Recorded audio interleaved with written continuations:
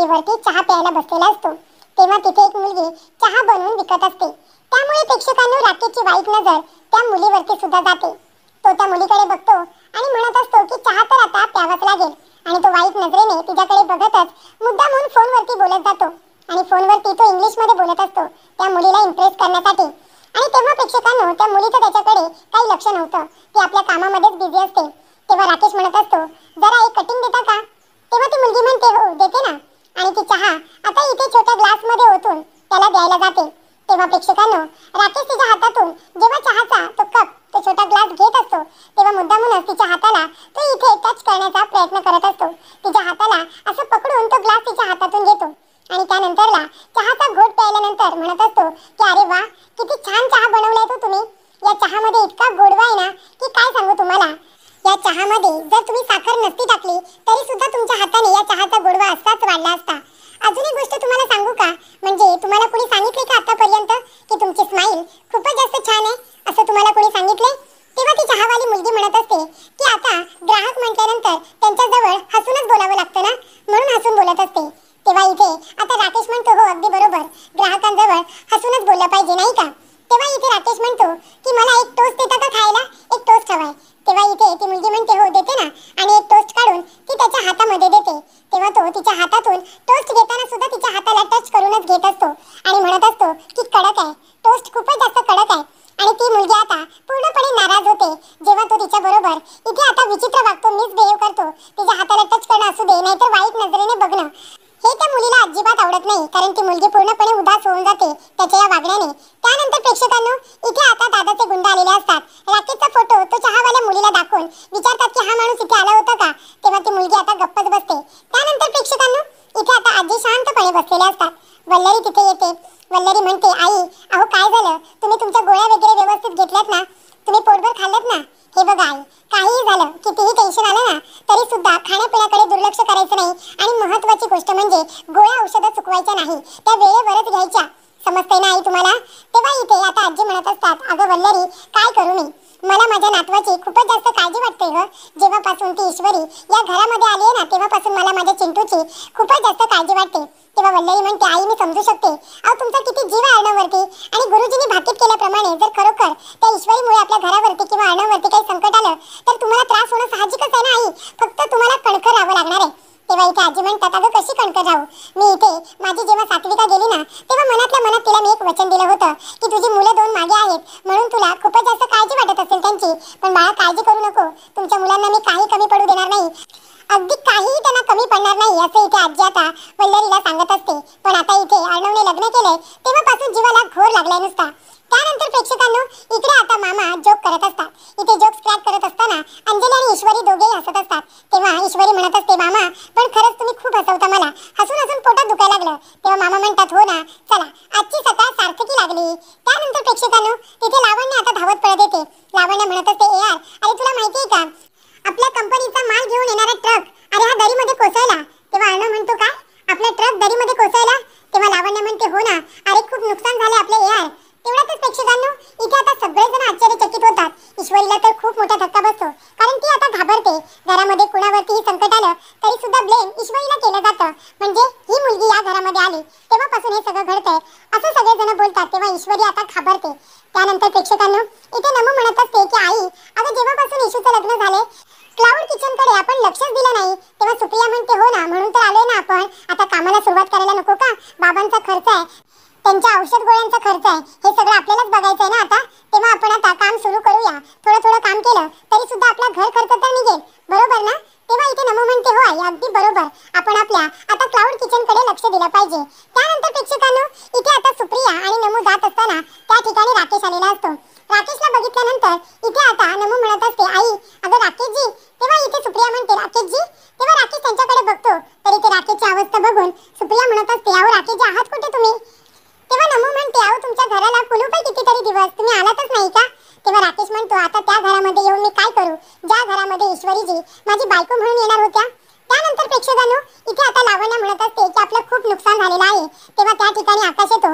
आकाश म्हणत असतो की दादा अरे हे बघ हा व्हिडिओ बघ, आपल्या टेम्पोचं कशा पद्धतीने ऍक्सिडेंट झालंय ते बघ, कशा पद्धतीने आपला टेम्पो दरीत कोसळला हे आता व्हिडिओ मधून आकाश सगळ्यांना दाखवत असतो. तेव्हा वल्लरी म्हणत असते की बघितलं, घ्या अजून या मुलीला डोक्यावरती बसवा. ही मुलगी जेव्हापासून घरामध्ये आली आहे ना, अर्णावरती संकट, घरावरती संकट, कंपनीचं नुकसान, काही ना काहीतरी चालूच आहे. हे सगळं या मुलीमुळे झाले. तेव्हा अर्णव म्हणतो मामी प्लीज शांत हो, हे कुणामुळेही झालेलं नाहीये. अगं तिथे काय घडले आपल्याला नेमकं काय माहिती, या सगळ्यासाठी तुम्ही मी सिंदूरला का जबाबदार ठरवताय. तेव्हा इथे अर्णव म्हणतो आता मला या विषयावरती काही बोलायचं नाहीये. ईश्वरी आपल्या रूम मध्ये निघून जाते. तेव्हा इथे अर्णव म्हणत असतो की आकाश तू एक काम कर, लाईव्ह लोकेशन वरती जा आणि तिथे सीसीटीव्ही फुटेज मिळते का ते बघ. आपल्याला पूर्ण आता सीसीटीव्ही फुटेज मिळवावं लागेल. आणि लावण्य तू एक काम कर, तू ऑफिस मध्ये जा आणि तिथे सगळी सिच्युएशन व्यवस्थित सांभाळून कर, सगळं काही हँडल कर. तेव्हा इथे लावण्य म्हणत असते ए यार, अरे आता तुला सुद्धा ऑफिस मध्ये असायला हवंय ना. तेव्हा अर्णव म्हणतो नुकसान व्हायचं झाले, आता मी त्याच्यामध्ये काही करू शकत नाहीये. तुम्ही तुमच्या लेवलवरती सगळ्या गोष्टी हँडल करा आणि मला इथे अपडेट देत राहा. आता माझं घरी राहणं सगळ्यात जास्त महत्त्वाचं आहे, कळते तुम्हाला. त्यानंतर प्रेक्षकांनो इथे आता ईश्वरी रूम मध्ये रडत गेलेली असते. अर्णव सुद्धा तिच्या मागे मागे जातो. तर इथे आता राकेश म्हणत असतो काय सांगू मी तुम्हाला काकू, ईश्वरीजींबरोबर लग्नाची स्वप्न रंगवली होती मी आणि मग काय माझ्या बरोबर लग्न नाही झालं, त्यांच्या बरोबर लग्न नाही झाले म्हणून बघा माझी काय अवस्था झाली. अहो मला काही आवडत नाहीये, काही गोड लागत नाहीये. घरी तरी मी कशाला येऊ, ईश्वरीजींच्या आठवणीमध्ये इकडे तिकडे फिरत असतो मी आपला, काही काम वगैरे मला करायला मनच देत नाहीये. तेव्हा सुप्रिया म्हणते असं काय बोलताय तुम्ही. हे बघा राकेशजी, अहो झालं गेलं विसरून आपल्याला पुढे जायला नको का. कधी कधी गोष्टी आपल्या मनाप्रमाणे नाही घडत, म्हणून का आपण तेच घेऊन बसायचं का. हे बघा तुम्ही आता तुमच्या कामाकडे लक्ष द्या, स्वतःकडे लक्ष द्या. ही काय अवस्था करून ठेवली तुम्ही. तेव्हा इथे राकेश म्हणत असतो काकू खरं सांगू का, म्हणजे इतके दिवस मी काही कामाला वगैरे गेलेलोच नाहीये, माझ्याकडे पैसे नाहीयेत ना, मी काही खाल्लेलं सुद्धा नाहीये हो. तेव्हा सुप्रियाला खूप वाईट वाटतं, कारण इथे प्रेक्षकांनो जर एका बाजूने बघायला गेलं तर इथे राकेश जेव्हा ईश्वरीला इम्प्रेस करण्यासाठी त्यांच्या घरी येत होता तेव्हा मात्र इथे राकेशने त्यांची खूप मदत केलेली असते. पण आता त्याच्याकडे पैसे नाहीयेत, त्याचा मार्ग खूपच जास्त चुकीचा आहे. पण तरी सुद्धा इथे सुप्रिया माणुसकीच्या नात्याने त्याला इथे पैसे देते. पैसे देण्याच्या आधी नमू म्हणत असते की राकेशजी अहो आमची सुद्धा चणचण आहे हो, आमच्याकडे सुद्धा पैसे नाहीयेत तुम्हाला द्यायला. तरी सुद्धा इथे सुप्रिया राकेशला पैसे देते. तेव्हा इथे राकेश ते पैसे घेतो आणि म्हणत असतो काकू हे पैसे मी तुम्हाला लवकरात लवकर परत करेन ना, तुम्ही अजिबात काळजी करू नका. तेव्हा सुप्रिया म्हणते हे बघा जेव्हा मिळतील तेव्हा परत करा, पण आधी तुम्ही तुमच्या कामाला सुरुवात करा. अहो तुम्ही जर असे खचून गेलात तर तुमचे एवढे लोक गरीब बांधव आहेत ना ज्यांची तुम्ही मदत करत असता, मग त्यांना कोण बरं मदत करणार. तुमचा आधार त्यांना आहे ना, मग आता तुम्ही त्यांचा आधार आहात, मग तुम्ही तुमच्याकडे दुर्लक्ष करून जमणार नाही. प्लीज तुम्ही आता स्वतःला या सगळ्यातून सावरा आणि याच्यातून बाहेर पडा. आता पुढच्या आयुष्याचा विचार करा, कळते तुम्हाला. त्याच्यामुळे आता या सगळ्यातून बाहेर पडा आणि वेळच्या वेळी तुम्ही आता खाऊन पिऊन घ्या आणि नोकरी सुद्धा करा, असं सुप्रिया त्याला व्यवस्थित समजावून सांगते.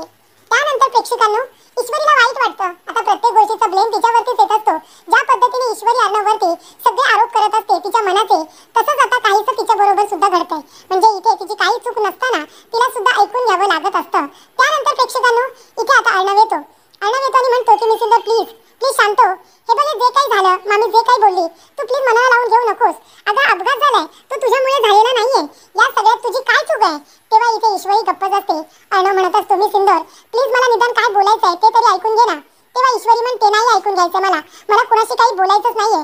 तेव्हा इथे अर्णव म्हणतो मिसिंदर हे बघ या सगळ्यात तुझी काय चूक आहे.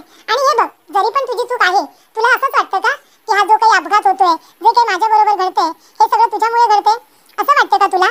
तेव्हा ईश्वरी म्हणते सगळ्यांना तर असंच वाटतंय ना. तेव्हा अर्णव म्हणतो हा मग ठीक आहे ना, जर तुझ्यामुळे हे सगळं घडत असेल, म्हणजे मला भाजत असेल, माझ्या कंपनीचं नुकसान होत असेल, माझ्या घरावरती संकट येत असेल, तर त्या सगळ्याचा त्रास मला होईल ना. म्हणजे माझ्या कंपनीचं नुकसान झालं, त्रास मला होईल. म्हणजे तुझ्यामुळे जर मला हा त्रास होत असेल तर तुला आनंद व्हायला हवा, कारण मी माणूस म्हणून खूप विचित्र आहे ना.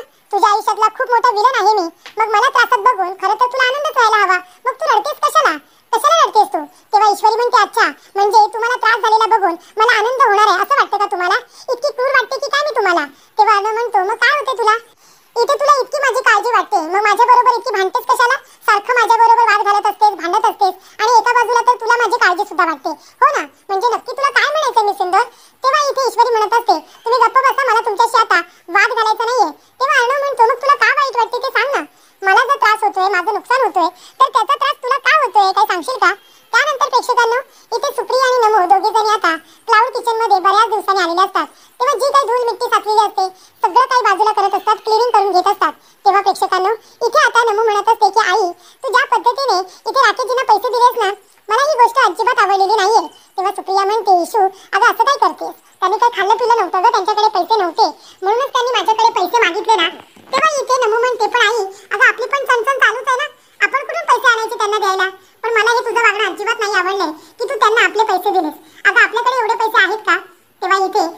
म्हणत असते, कसं असतं ना नमो, जर आपण एखाद्या गरजू माणसाची गरज काढली ना तर ते पैसे देवाच्या चरणी इथे आता दिले जातात, देवाच्या चरणी रुजू होतात असं म्हणतात. तेव्हा इथे नमो म्हणते, आई अगं पण राकेशजी तेवढे चांगले नाहीच आहे, तुला माहिती आहे का? बरं झालं ईश्वरीचं लग्न राकेश बरोबर नाही झालं. मला राकेश जे आहेत ना आधीपासूनच थोडे खटकत होते. त्यांचं ते गोड गोड बोलणं ना मला खूपच जास्त विचित्र वाटत होतं. बरं झालं, खरं तर बरं झालं आपल्या इशूचं लग्न त्यांच्या बरोबर नाही झालं. मला तर आनंदच झाला असं इकडे आता सुप्रिया नमूला सांगत असते. त्यानंतर प्रेक्षकांनो इथे आता लावण्य आणि वल्लरी दोघी जणी नेहमीप्रमाणे आजीला भडकवायला आलेल्या असतात. वल्लरी म्हणत असते, आई बघताय ना, अहो आधी आपल्या अर्णववरती संकट, आता कंपनीचं इतकं मोठं नुकसान, घरामध्ये काय नुकसान करून ठेवणार आहे काय माहिती. तेव्हा तुम्हाला इथे आता धीट व्हावं लागणार आहे, तुम्हाला एक काहीतरी ठोस निर्णय घ्यावाच लागणार आहे. तेव्हा आजी म्हणते, अगं पण मी काय निर्णय घेऊ ते तर सांग ना. आणि त्या अर्णवला बोलायला मी जाऊ तरी काय? अर्णव कुणाचं काही ऐकून घ्यायला तयार नाहीये ते ईश्वरीच्या विरोधात, तू बघितलंस ना. तेव्हा वल्लरी म्हणते, हो ना, आमचं तर तो ऐकतच नाहीये, पण अहो तुमचं पण ऐकत नाहीये, मग त्या मुलीचा आता कायमचा बंदोबस्त करायला नको. आणि मला काय वाटतं आई, अर्णवच्या सोबत आहे ना कुणीतरी त्याला वाचवणारी, त्याच्या जीवाला जीव देणारी मुलगी आपण दिवसभर ठेवली पाहिजे त्याच्या आजूबाजूला. काय म्हणणं आहे तुमचं सांगा बरं. तेव्हा इथे आजी म्हणत असते की वल्लरी एक काम करते, मी गुरुजींना बोलावते. गुरुजींना बोलावल्यानंतरच मला त्यांना विचारूनच एक निर्णय घ्यायचा आहे आणि तेव्हाच तो निर्णय मी घेईन जेव्हा गुरुजी इथे येतील. तेव्हा ती म्हणत असते, पण आई अहो घाई करा ना, कारण गुरुजी कशाला आता येणार आहेत? गुरुजी नाही येणार, ते कामानिमित्त बाहेर गेले. तेव्हा प्रेक्षकांनो इथे आता आजी म्हणत असते, नाही गुरुजी येणार म्हणजे येणार, त्यांना माझी हाक ऐकूनच घ्यावी लागेल. मला पुन्हा एकदा ईश्वरीबद्दल आणि अर्णवबद्दल त्यांना विचारायचं आहे असं इकडे म्हणणं असतं आजीचं. पण आजी तसं काही बोलत नाही वल्लरीला. ती फक्त वल्लरीला एवढंच म्हणते की मला इथे बरं वाटत नाहीये. जोपर्यंत माझ्या अर्णवचं सगळं चांगलं होत नाही, नीट होत नाही, तोपर्यंत माझ्या जीवाला हा घोर लागूनच राहणार असं आजीचं म्हणणं असतं. त्यानंतर प्रेक्षकांनो इथे सुप्रिया म्हणत असते, अगं काय बोलतेस तू हे नमो. तेव्हा नमो म्हणते, हो आई, अगं ते बघ ना, जरा गरजेपेक्षा जास्तच गोड गोड आपल्याशी नाही का बोलायचे.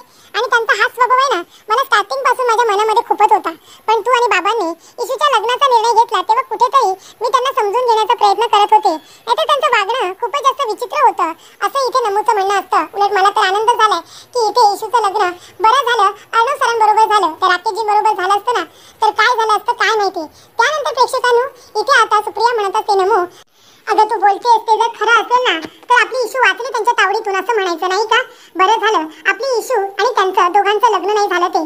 तेव्हा इथे अर्णव सारखा तिला जोडीदार मिळालाय, इतकं छान घर मिळाले नाही का. तेव्हा आपण एक काम करूया का नमो, इशूला फोन करूया का. तेव्हा ती म्हणते, नाही नको, आपली इशू तिथे आनंदात आहे, सुखात आहे, हे काम आता आपल्या आई आपणच करूया. त्यानंतर प्रेक्षकांनो इथे ईश्वरी आता अर्णवकडे बघत असते. तेव्हा अर्णव म्हणतो, मी सुंदर प्लीज, हे जे काही घडतंय किंवा जे काही चाललंय तुझ्यामुळे होत नाहीये. अगं ती फक्त एक सिच्युएशन होती, वाईट सिच्युएशन, आणि तिथे त्या माणसाचा काहीतरी तोल गेला असेल किंवा त्याला गाडी सावरता आली नसेल म्हणून ती दरीत गेली. उगाच आपण वाईट विचार नाही करायचा आणि तू सुद्धा ते विचार करू नकोस की हे सगळं तुझ्यामुळे होते म्हणून. आणि जरी पण तुझ्यामुळे होत असेल ना तर होऊ दे, नुकसान माझं होतंय ना, मला काही इतका फरक पडत नाहीये, उलट तुला आनंद व्हायला हवा. पण तू रडतेस का माझ्यासाठी, म्हणजे याचा अर्थ हाच ना की तुला माझी काळजी वाटते, माझं नुकसान होऊ नये असंच वाटतं ना तुला. तेव्हा इथे ईश्वरी म्हणते, मला तुमच्याबद्दल काही वाटत नाही, पण आजींनी माझ्याबद्दल जो काही गैरसमज करून घेतलाय ना त्याचं मला खूप जास्त वाईट वाटतं. कळते तुम्हाला, मी ना या घरामध्ये आलीच उगत, आधी तुम्हाला भाजल्यानंतर ट्रक कोसळला, मी इथे नसते तर बरं झालं असतं. तेव्हा अर्णव म्हणतो, प्लीज प्लीज आता परत हे शब्द बोलू नकोस की मी इथे नसते तर बरं झालं असतं. इथे नसतीस तर कुठे असतीस तू. हे बघ, मी तुला कुठेही जाऊ देणार नाहीये, मी नेहमी तुझ्या बरोबरच असेल. तुला माझी साथ हवी आहे की नको हे मी तुला विचारणारच नाहीये. तुला जरी माझी साथ नको असेल तरी सुद्धा मी तुझ्या बरोबर आहे, तुला सगळ्या संकटापासून प्रोटेक्ट करायला. कळते तुला. आणि मी सुंदर प्लीज, हे बघ तू स्वतःला इथे दोष देऊ नकोस, तुझी खरंच काही चूक नाहीये ग. तेव्हा इथे अर्णव म्हणतो, बरं आता हे मलम घे. तेव्हा ईश्वरी म्हणते, कशाला, हे मलम का देताय तुम्ही मला. तेव्हा अर्णव म्हणतो, हे काय माझ्या हाताला लाव, अजून माझ्या हाताची जखम पूर्णपणे भरलेली नाहीये. आणि तुझ्या मनाच्या जखमेचं काय, तुझ्या मनाला जी जखम आहे ना ती सुद्धा भरली गेली पाहिजे मी सुंदर. कळते का तुला. तेव्हा इथे ईश्वरी म्हणते, तुमच्यासाठी या गोष्टी खूप सोप्या असतील पण माझ्यासाठी नाहीये त्या गोष्टी सोप्या. कळते तुम्हाला. त्याच घरामध्ये आपल्यावरती आरोप होतात आणि तिथेच आपल्याला जेव्हा राहायला लागतं ना त्यापेक्षा वाईट फिलिंग काहीच नाहीये. त्यानंतर प्रेक्षकांना अर्णव म्हणत असतो की काहीही झालं, अगदी काहीही, तरी सुद्धा मी सुंदर तुला तुझे हक्क मिळवून दिल्याशिवाय मी स्वस्थ बसणार नाही. त्याचबरोबर प्रेक्षकांना पुढील भागामध्ये इथे अंजली आलेली असते. ती म्हणते, ईश्वरी हे घे, हे आहेत ना आपले खानदानी दागिने आहेत, राज शिर्केंच्या घरातले खानदानी दागिने, हे सगळे दागिने तू घालायचे आणि इथे देवाची पूजा करायची. तेव्हा अर्णव म्हणतो, हो दीदी घालेल ती घालेल. तेव्हा इकडे अंजली म्हणते, नाही ती फक्त घालणार नाहीये तर तुला हे सगळे दागिने आता ईश्वरीला घालायचे आहेत. तेव्हा अर्णव म्हणतो, व्हॉट, आणि ईश्वरी म्हणते, काय. तेव्हा इथे अंजली म्हणते, हो आपल्या राजशिर्केंची प्रथा आहे नाही की तुला हे सगळे दागिने आता ईश्वरीला घालायचे आहेत. तेव्हा प्रेक्षकांना अर्णव एक एक करून तिला दागिना घालत असतो आणि तेवढ्यातच आता ईश्वरी जात असताना अर्णव तिचा हात पकडतो आणि तिला म्हणत असतो की मी सुंदर, मी तुला हे सगळे दागिने घातलेले आहेत. का घातले तुला माहिती आहे? कारण माझा हक्क आहे तुझ्यावरती. माझा हक्क तुझ्यावरती आहे आणि हा हक्क मी दुसऱ्या कुणालाही देऊ शकत नाही. तेव्हा इथे ईश्वरी म्हणते की परंपरा आहे म्हणून मी पुन्हा एकदा या नात्यामध्ये अडकले, नाहीतर मी तुमचा नवरा म्हणून मनापासून स्वीकार करत नाही, असं ईश्वरी म्हणते.